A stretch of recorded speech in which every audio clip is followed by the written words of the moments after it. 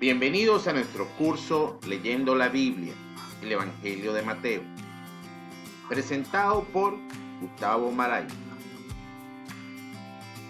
El día de hoy estaremos en la sesión de cierre de nuestro curso, desarrollando la sesión 4 en su segunda parte. Como recordaremos, esta sesión 4 incluye la segunda sección del Evangelio de Mateo, que abarca desde el versículo 16-21 hasta el 28-15 y adicionalmente cierra con la conclusión del mismo Evangelio en el capítulo 28, pero en los versículos 16 al 20. Bienvenidos todos. Si recordamos la organización literaria del Evangelio de Mateo, esta segunda sección o segunda parte podríamos titularla Nacimiento de la Iglesia, verdadero Israel, por la muerte y resurrección de Jesús. Tal como lo indiqué antes, abarca desde el 16-21 hasta el 28-15. Ya en nuestra sección anterior estuvimos desarrollando los relatos correspondientes a la subida de Jesús a Jerusalén y cómo instruye a su iglesia, elementos que están recogidos desde el versículo 16-21 hasta el 20-34. También estuvimos hablando cómo Jesús proclama el reino en Jerusalén y es rechazado, así como el prólogo de la pasión, elementos que están desarrollados desde el capítulo 21 hasta el capítulo 25 en su totalidad. Allí, en esos relatos, Jesús entra como Mesías en Jerusalén y visita su templo, al que descalifica porque ha sido profanado. Es un símbolo de la situación del Israel incrédulo que lo rechaza. Hasta allí avanzamos en la primera parte de nuestra sesión número 4. Ahora, en esta segunda parte, estaremos abordando la pasión, muerte y proclamación de la resurrección, el nacimiento del verdadero Israel, recogido ya en el inicio del capítulo 26, desde el versículo 26:1 hasta el versículo 28:15. Por último, la breve conclusión del Evangelio de Mateo, con el reconocido mandato misionero que se expresa en el capítulo 28, desde los versículos 16 al 20. En cuanto a lo que nos corresponde el día de hoy, es vano intento pretender establecer una estructura sistemática, al menos en lo que se refiere a la historia matiana de la pasión. Ni siquiera es posible distinguir con claridad entre la historia de la pasión y la historia de la Pascua en sí. Esta advertencia nos la hace el gran biblista Ulrich Luz, para quien la división más obvia de estos relatos ha de basarse más en criterios geográficos y cronológicos. Así, Ulrich Luz divide la historia de la pasión en 6 secciones. La primera, en el capítulo 26, versículos 1 al 16, comienza la pasión. Desde los versículos 17 al 29 de ese mismo capítulo 26, sería la última Pascua de Jesús. Desde los versículos 30 al 56 de ese capítulo 26, se recogerían las experiencias en el Monte de los Olivos. Así, desde el 26:57 hasta el versículo 27:10, se estaría relatando el proceso judío contra Jesús. Y de 27:11 al 31, cómo Jesús es condenado por los romanos. La última sección de este espacio estaría dedicado al relato de Jesús crucificado, que se desarrolla en este capítulo 27, pero desde los versículos 32 al 62. Quizá ninguna otra sección de la Biblia ha marcado la espiritualidad cristiana tan hondamente como lo han hecho las historias de pasión y Pascua de los evangelios. Las historias de la pasión, aún reconstruibles, que los evangelistas utilizaron como fuentes, son relativamente extensas y representan interpretaciones teológicas de la pasión de Jesús y no informes neutrales. La coincidencia de los 3 relatos de la pasión independientes más antiguos es notable en líneas generales. Ahora, hay que aclarar que esta distribución que establece Luz no tiene carácter esquemático, porque realmente el evangelista no separa los grandes bloques entre sí, sino que los conecta mediante secciones de transición. Esto no significa, sin embargo, que a la historia matiana de la pasión le falte calidad literal. Veamos entonces cómo se desarrollan estos eventos.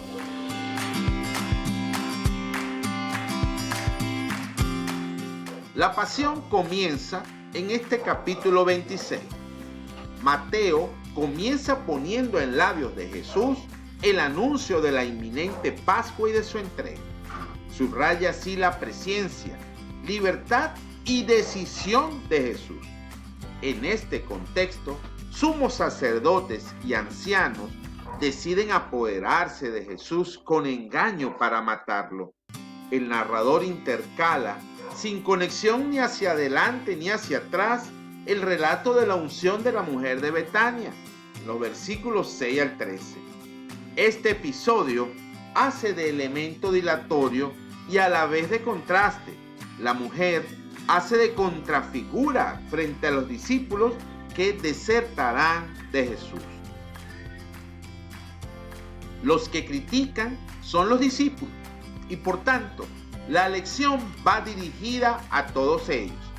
Lo que hace la mujer es una obra buena, superior a la limosna que siempre tendrán ocasión y deberán hacer.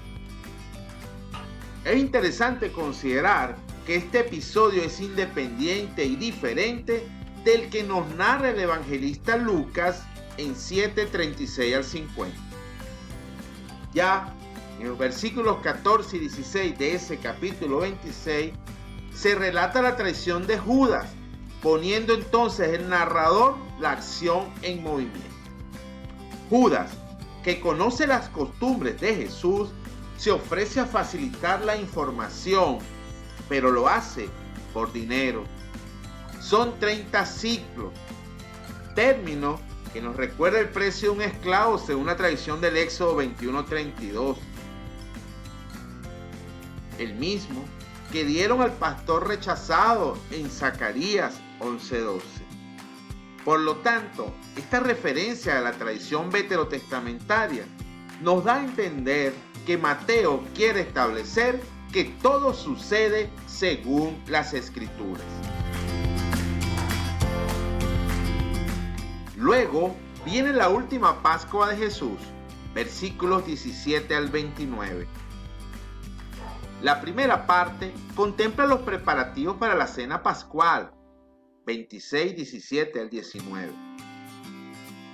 Para ubicarnos en contexto, hay que recordar que en tiempos de Jesús, esta fiesta recordaba la salida de Egipto y era fiesta de salvación en la solidaridad, en cuanto que el pueblo recordaba cómo Dios los liberó como pueblo y los seguía liberando. Celebrar la Pascua entonces era sentirse solidarios con todas las generaciones de oprimidos y agradecer a Dios su acción salvadora constante. En su origen, esta fiesta duraba un día, pero más adelante se unió a la fiesta de los ácimos, que duraba una semana y cuyo origen podemos encontrar en Éxodo 23:15. El episodio es transmitido solo en la historia de la pasión premarcada. La fuente para Mateo es únicamente Marcos 14, 12 al 16. Por otra parte, los sinópticos sitúan la cena que come Jesús en el atardecer del jueves y la presentan como cena de Pascua. Pero aquí es importante establecer algo.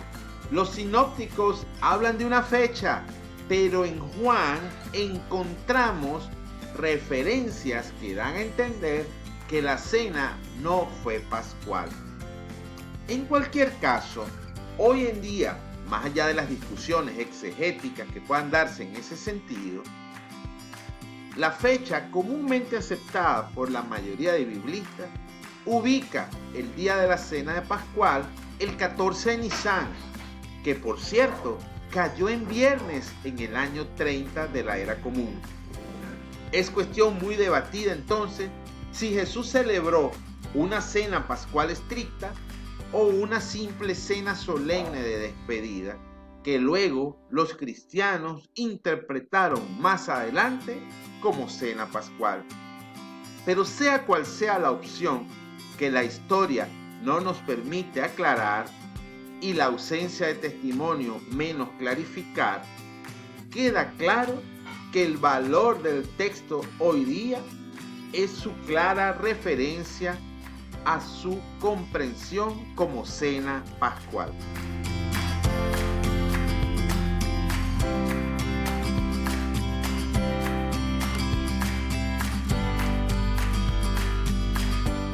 Pero hagamos una breve digresión en este sentido.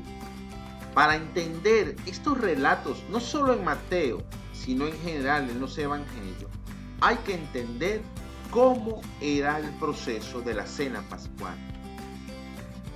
En atención a los testimonios de los que se disponen hoy día, se puede establecer que la cena pascual constaba al menos de 4 partes, cada una de las cuales terminaba con la bebida de un cáliz o copa de vino.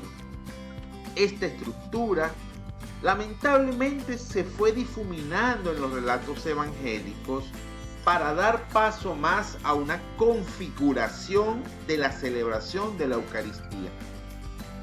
La primera de estas partes, llamada bendición, incluía, entre otras cosas, la comida de hierbas que se mojaban en agua salada.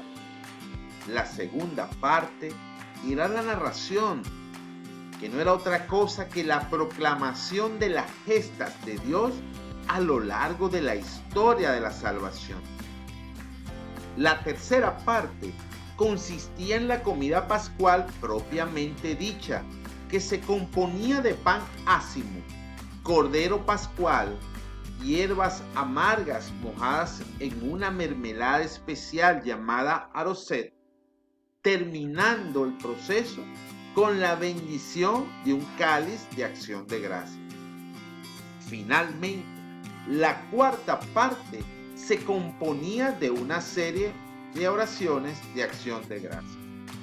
Si quisiéramos saber dónde podemos ubicar el relato del que disponemos, en función de estas 4 partes o 4 momentos de la cena pascual, hay que entender que el relato actual hay que colocarlo precisamente en lo que podríamos llamar la tercera parte o tercer momento.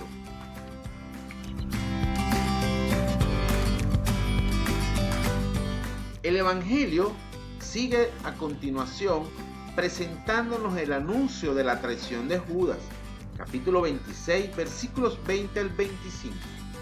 Judas puede ser en Mateo un caso típico a nivel moral. La avaricia, incluso la traición a Jesús, son peligros que pueden correr todas las cristianas y cristianos de esas comunidades. Pero Judas es un tipo negativo en Mateo. La comunidad no debe ser así. La comunidad de Mateo no es una comunidad de pecadores empedernidos, sino de personas que han de esforzarse por la justicia. Emerge entonces en esta sección y particularmente en esta perícopa un sentido parenético, y esto queda aún más en evidencia si los lectores se identifican con la pregunta de los discípulos que se hace en el versículo 21.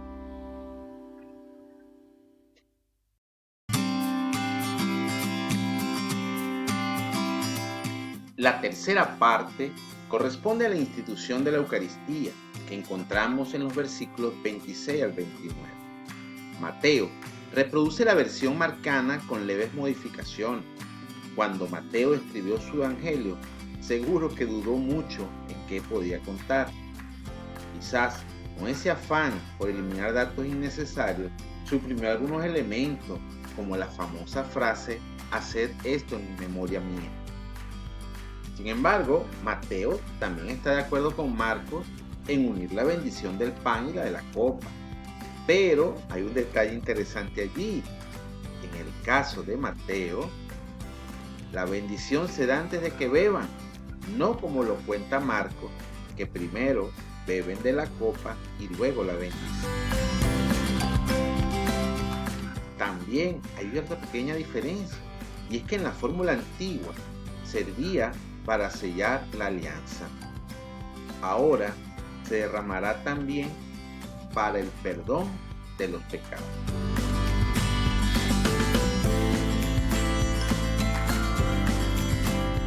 Desde el capítulo 26, versículos 30 al 56, se relatarán los sucesos en el Monte de los Olivos. Acá, el evangelista Mateo sigue el texto de Marcos.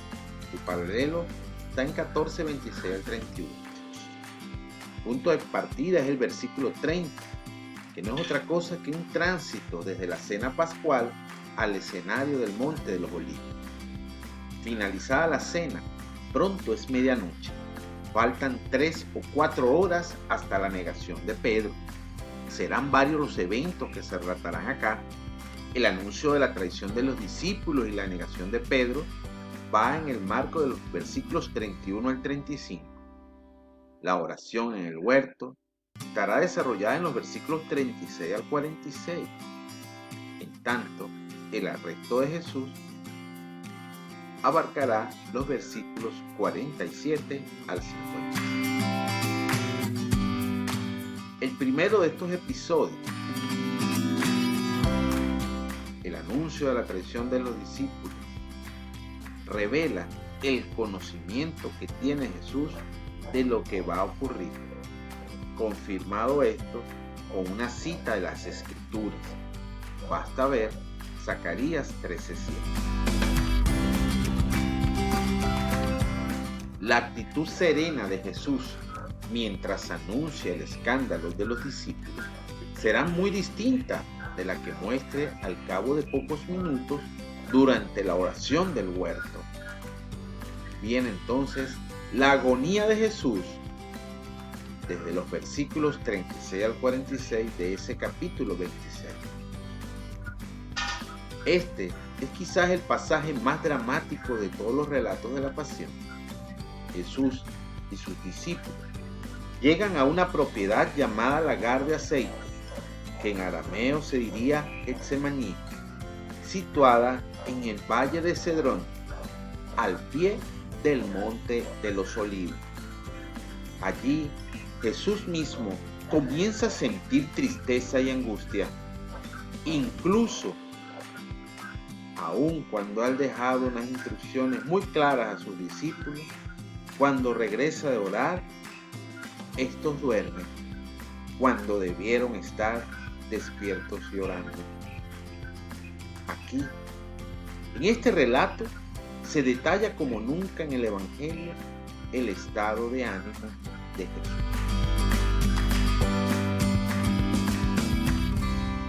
Se cierra esta sección con el arresto de Jesús, 26, 47 al 56.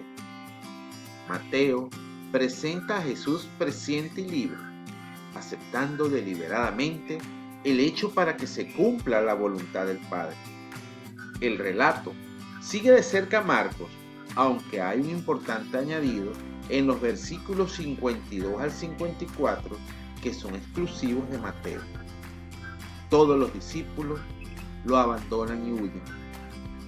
Con esta imagen termina la sección, uno de cuyos temas fundamentales es precisamente la soledad de Jesús. Acá comienza anunciándola. La experimenta durante la oración del huerto y la padece por completo con la traición de Judas y la huida de los discípulos.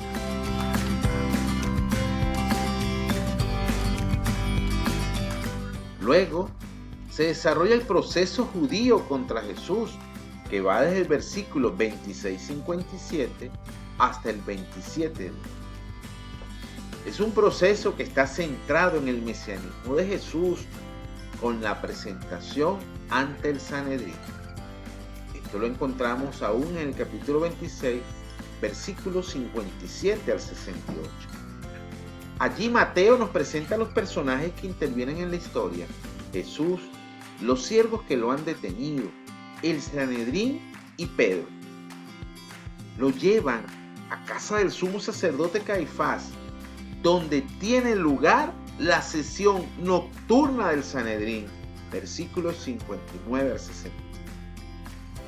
Acá es importante hacer la acotación de que hoy día, conociendo las normas que debían observarse en los juicios de la época, sorprende que un juicio tan importante como el de Jesús se celebre por la noche, pues no era la costumbre de la época.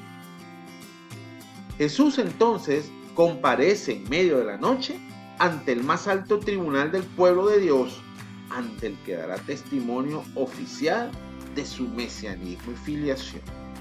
Esa es la visión desde el Sanedrín.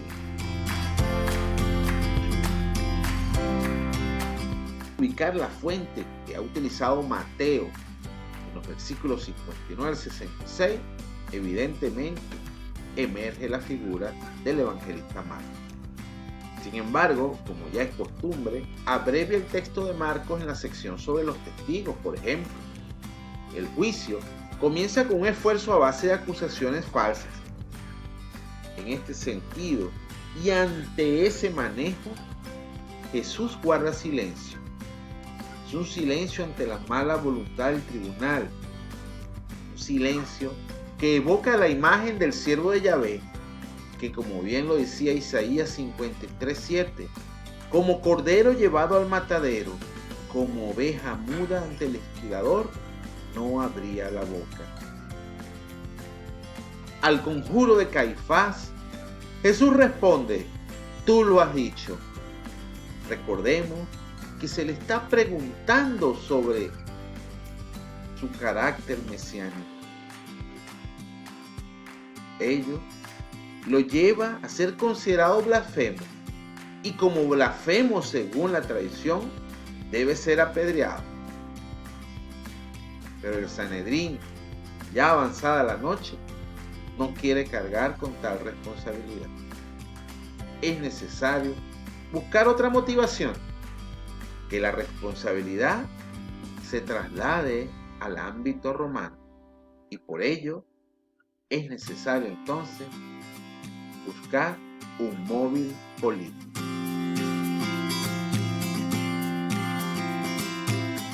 El relato continúa con las negaciones de Pedro, desde los versículos 69 al 75.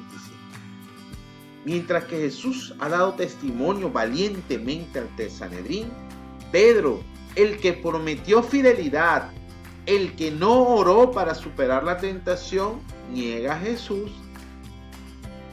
Sin embargo, Mateo efectúa pequeños cambios que van a remarcar la culpabilidad de Pedro, pero también su arrepentimiento posterior. La exposición de la culpabilidad tiene cierto enfoque jurídico en el Evangelio de Mateo.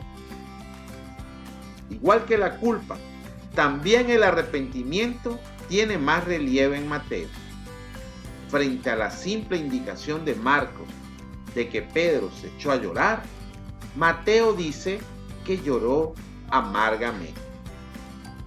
Jesús es llevado ante Pilato. Con eso se inicia el capítulo 27, versículos 1 y 2. El Sanedrín se ha reunido de nuevo en una sesión diurna en la que ratifican formalmente la decisión de dar muerte a Jesús y deciden entonces entregarlo a Pilato para que ejecute la sentencia. Esto tiene una razón. Roma, para la fecha, se había reservado en Judea, como en todas las provincias del imperio, el derecho de la pena capital. La perícopa Muerte de Judas, que se desarrolla a continuación desde el versículo 3 al 10, servirá entonces de conclusión y comentario al proceso judío. Es propia de Mateo, que reelabora entonces una tradición sobre el fin de Judas con objeto de comentar e iluminar los hechos que ha narrado.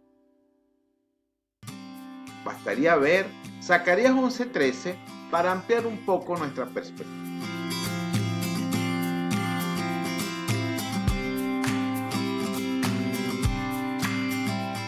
Llegamos entonces a la sección en la que Jesús es condenado por los romanos, que se desarrolla en el versículo 27, 11:31.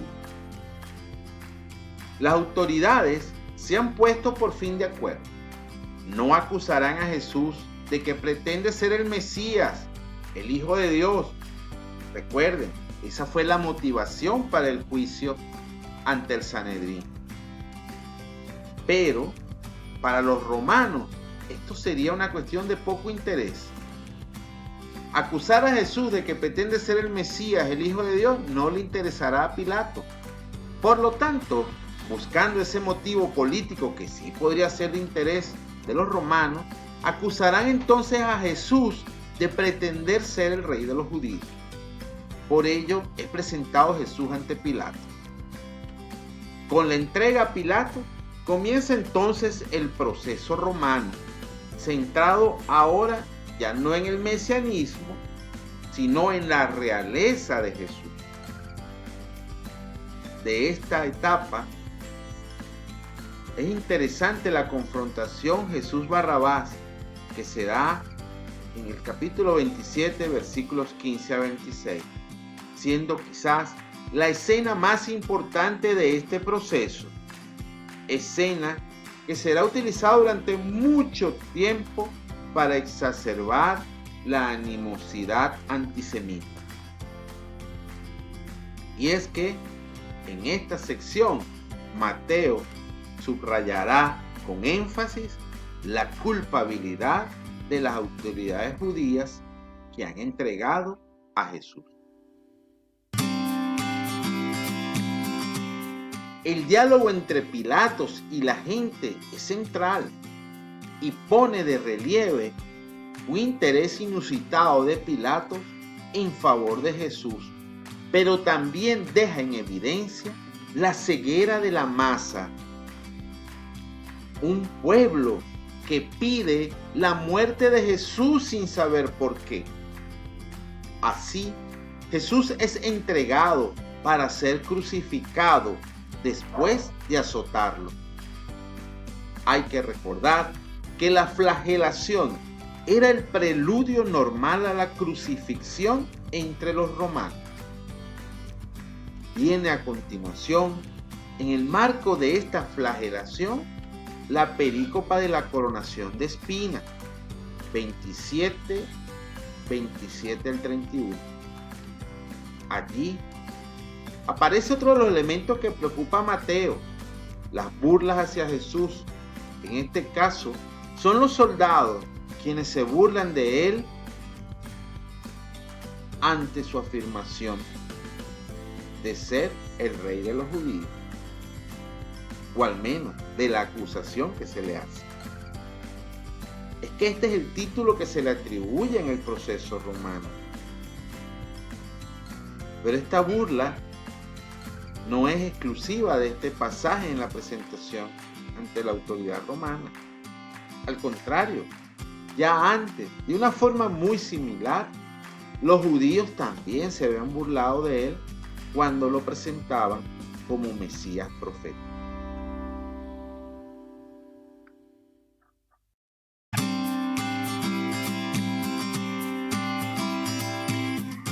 Luego, Jesús es crucificado, y esto se recoge en el capítulo 27, los versículos 32 al 61.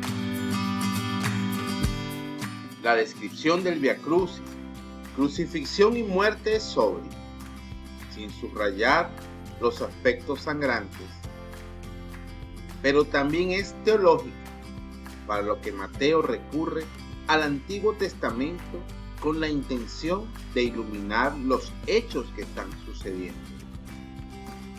Alude en este recorrido brevemente a Simón y enseguida sitúa a Jesús en el Gólgota o Calvario.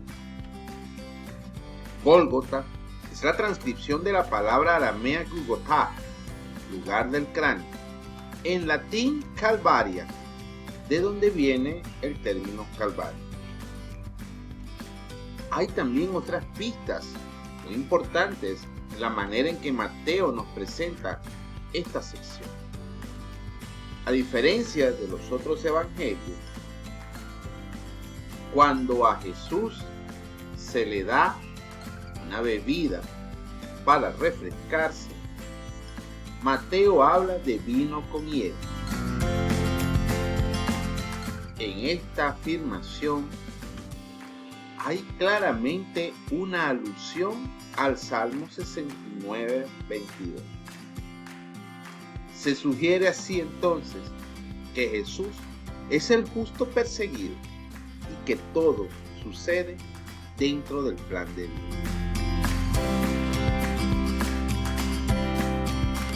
La causa de la muerte es el título rey, centro del proceso romano. Dos ladrones, salteadores, son crucificados junto a él, y ello también nos hace recordar Isaías 53:12, cuando se nos dice que con los rebeldes fue contado. El momento más terrible, el de la crucifixión, no lo describe el evangelista. Para él es probable que exista una comprensión de que estos eventos ya son conocidos por su comunidad. Este terrible momento de la crucifixión remite a una de las penas más crueles e ignominiosas que podía haber en época romana, una pena prevista para graves delitos, especialmente aquellos que se hacían contra el Estado y la sociedad. Ello hace que Jesús en la cruz sea representación de ese proceso político al que fue sometido. Pero en la cruz no hay tampoco lugar para la tranquilidad. El mismo Jesús es ultrajado en la cruz. Las burlas continúan ahora de la mano de los transeúntes, quienes le piden que baje de la cruz, ya que si es hijo de Dios, debiese tener esa posibilidad. Estas burlas definitivamente tienen carácter de tentación satánica. Recordemos cómo Satanás tentó a Jesús en el desierto. Hoy, estas burlas exigen a Jesús que abandone el camino del siervo sufriente.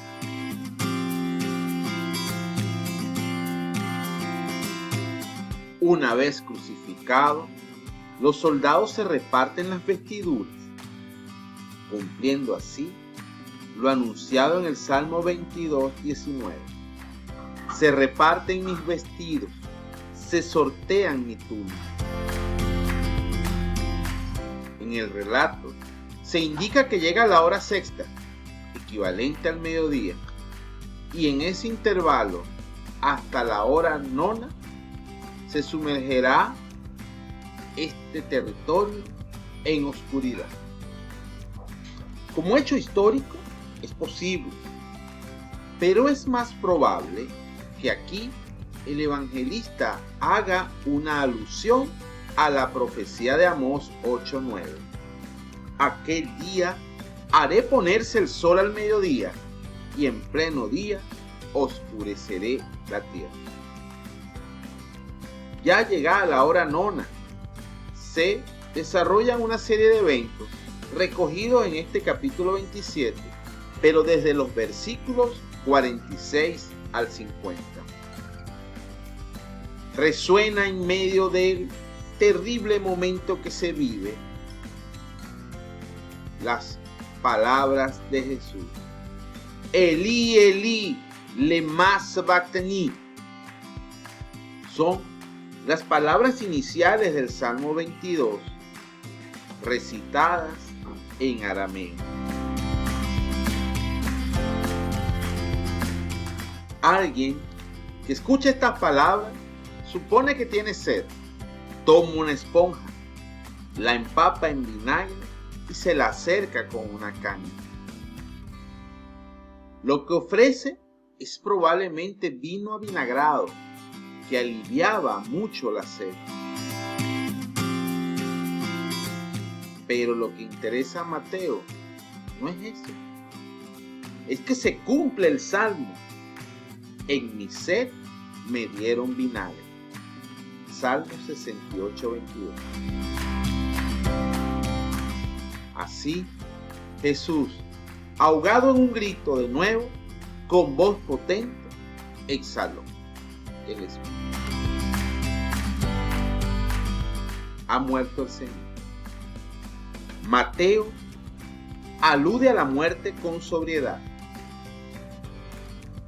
pero presenta con detención una serie de signos que la siguen y la interpretan.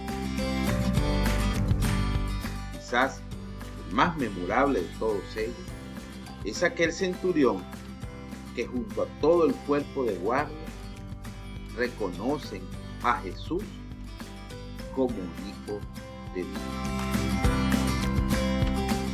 Algunas mujeres de las que le acompañaban en Galilea observarán a la distancia.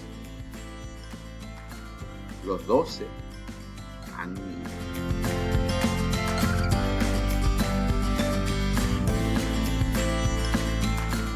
José de Arimatea, discípulo rico, hace gestiones ante Pilato para enterrar el cadáver de Jesús.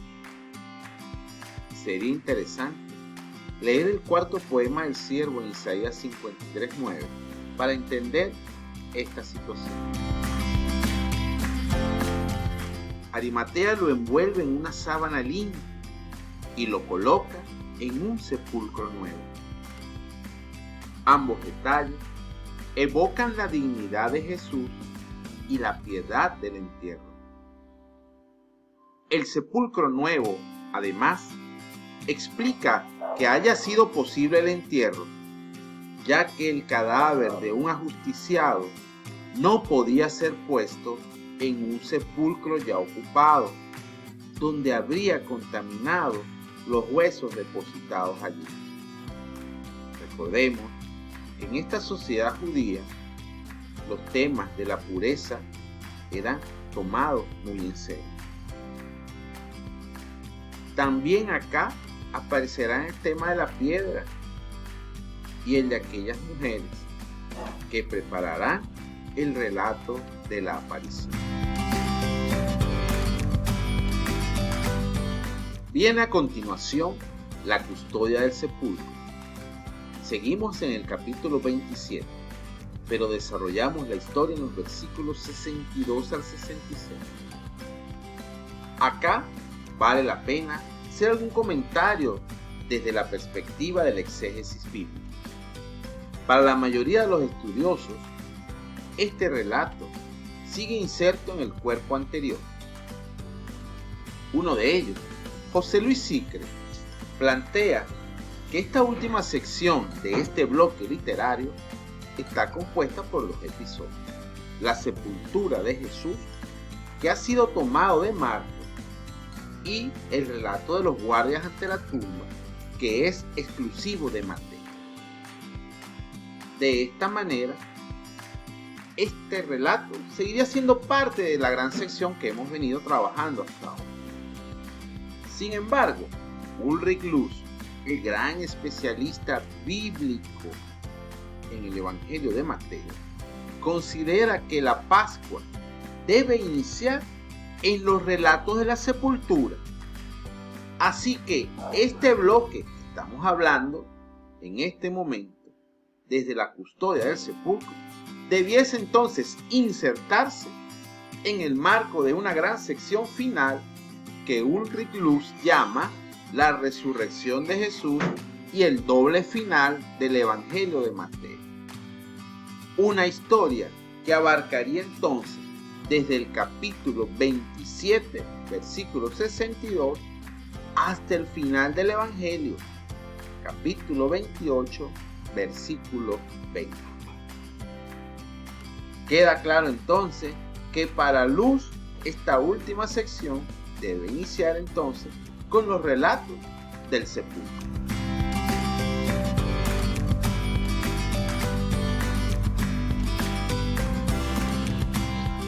Ahora bien, la proclamación de la resurrección que se da en este espacio consta de 4 relatos. La proclamación del hecho por parte de un ángel, la aparición de Jesús a un grupo de mujeres, la incredulidad de Israel como consecuencia negativa y la misión universal como consecuencia positiva. Mateo, sin embargo, está más interesado en las consecuencias de la resurrección que en el mismo misterio. María Magdalena y la otra María, es decir, María la de Santiago, fueron a ver el sepulcro. Un sepulcro que en el relato de Mateo está sellado y resguardado. En ellas no hay preocupación por otro aspecto, como lo pudo haber mostrado alguna de las visiones de este relato en los otros evangelios. Para Mateo está claro que ellas simplemente han ido a ver el sepulcro, un sepulcro que está sellado por una gran piedra y que está resguardado por unos guardias. Entonces, tiene lugar la revelación divina del hecho de la resurrección, un hecho que al momento en que han llegado las dos ha acaecido. Mientras las mujeres van a anunciar el mensaje a los discípulos, Jesús les sale al encuentro con el mismo mensaje. Acá aparece también un detalle en el relato, el soborno de los soldados, que es continuación de la etiología de 27:62 al 66.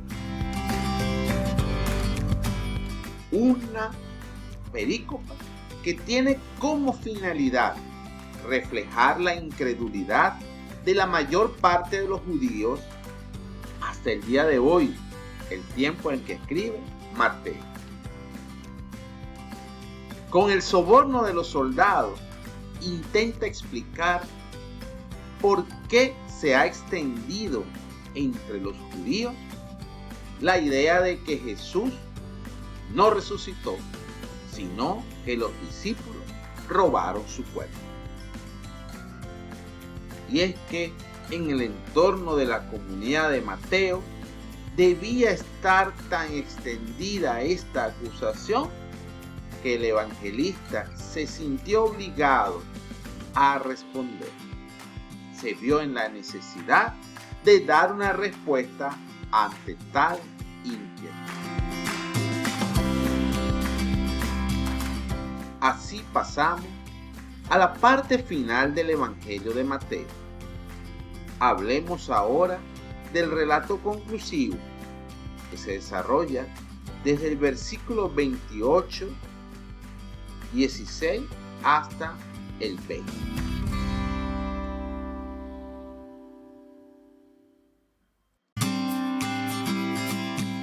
Esta sección cierra con la aparición en Galilea y el mandato misionero, que se recoge en todo este elemento conclusivo que va desde el versículo 16 al 20. Mateo cierra entonces su evangelio con este episodio tan breve, pero a la vez tan grandioso. Siguiendo la orden transmitida por las mujeres, los 11 discípulos marchan a Galilea. Como no les dicen a qué sitio de Galilea deben ir, lo lógico sería que se dirigiesen a Cafarnaúm. Pero estas son consideraciones de tipo histórico y biográfico. Mateo escribe teología y para algo tan solemne como lo que va a contar necesita un monte, igual como lo necesitó para el sermón inicial y también para el relato de la transfiguración. Por eso, aun cuando no hay una especificación tal, los discípulos se dirigen al monte que les había indicado Jesús.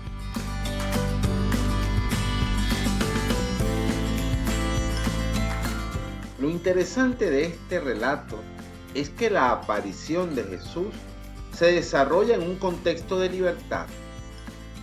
Si bien algunos de los testigos adoran, la duda también se hace presente en otros tantos. Con estas dudas, Mateo alude aquí a relatos que no incluyó en su obra. Bastaría ver Marcos 16, 11 y 14, Lucas 24, 11 y 41 o Juan 20, 24 al 21. En este brevísimo contexto, Jesús declara que ha recibido del Padre la plenitud del poder salvador. Por ello, envía a los 11 en misión para hacer efectivo este poder en todos los hombres, sin distinción de raza ni condición. Es un mandato para que vayan a todas las gentes. ¿Y cómo hacerlo? El modo concreto será hacerlos discípulos que comparten la vida y las enseñanzas de Jesús. Pero para ello deberán bautizar.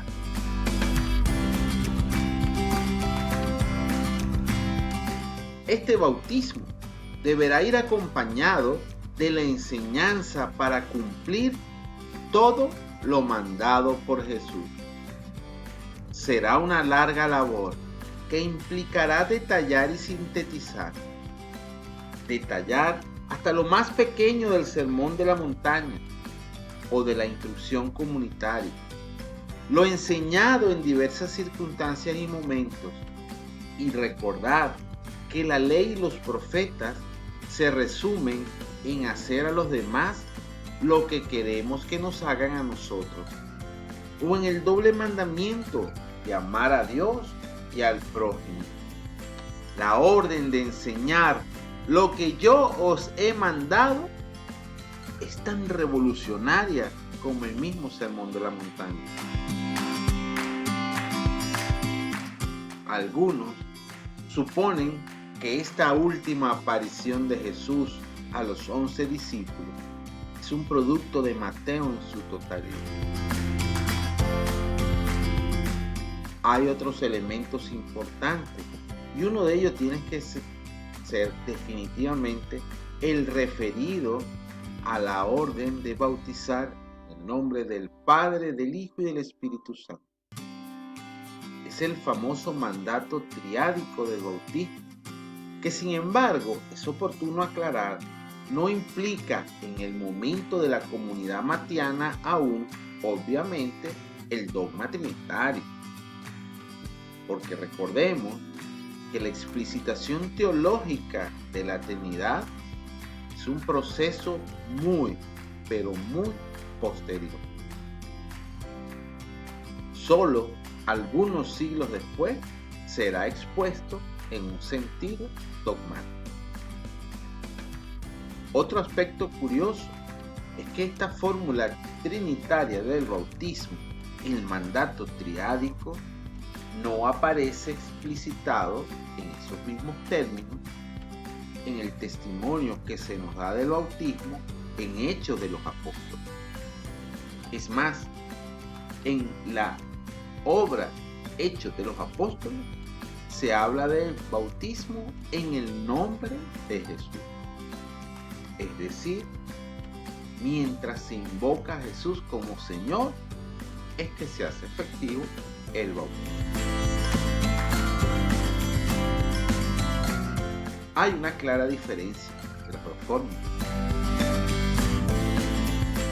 Implica de alguna manera o deja en evidencia la evolución que se habrá de dar posteriormente para hacer explícita la vinculación del bautizado con las tres personas de la Trinidad.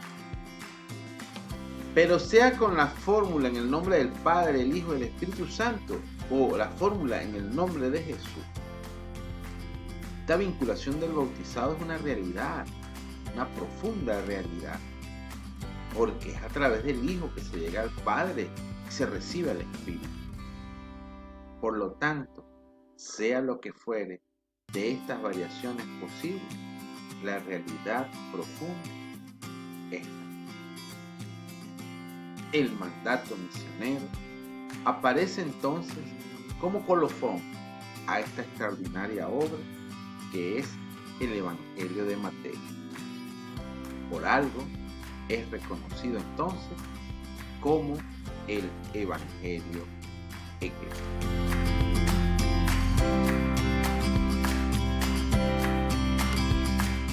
Muchísimas gracias a todos por su acompañamiento.